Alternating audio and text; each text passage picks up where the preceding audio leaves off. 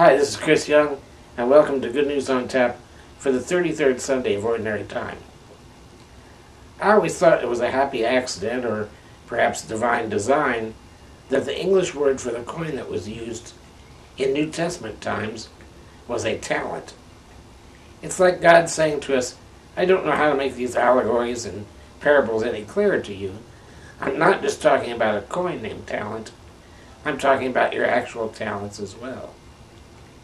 God gives us all sorts of talents of one kind or another, and not all of us are given the same amount of talent.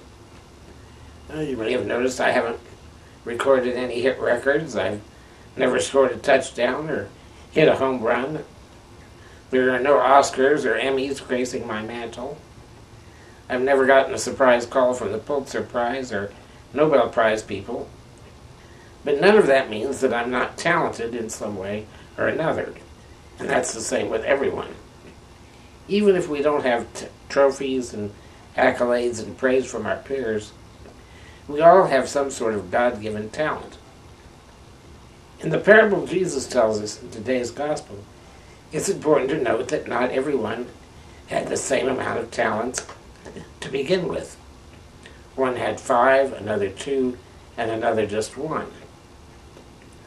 The servants with 5 and 2 talents both doubled their investment, and Jesus was greatly pleased with them. He didn't say to the man who had 2 talents, why didn't you bring me back 5 like the other guy did? It was just important that the man invest what they have and reaped whatever they could out of it. It was only to the servant who did nothing with what he had that the master was displeased. And we have to presume that if this servant who had just 1 talent had returned with 2, his reward would have been great as well. The obvious challenge to us is to ask ourselves, how have I invested my talent, whether it's my ability or my monetary resources? Someday I'm going to be held accountable for how I use my gifts from God. This is the second to the last week of the liturgical season, and it's not that far from the end of our regular calendar year. That makes it a good time to take stock of what we've done this past year in our lives. Have we produced anything of value?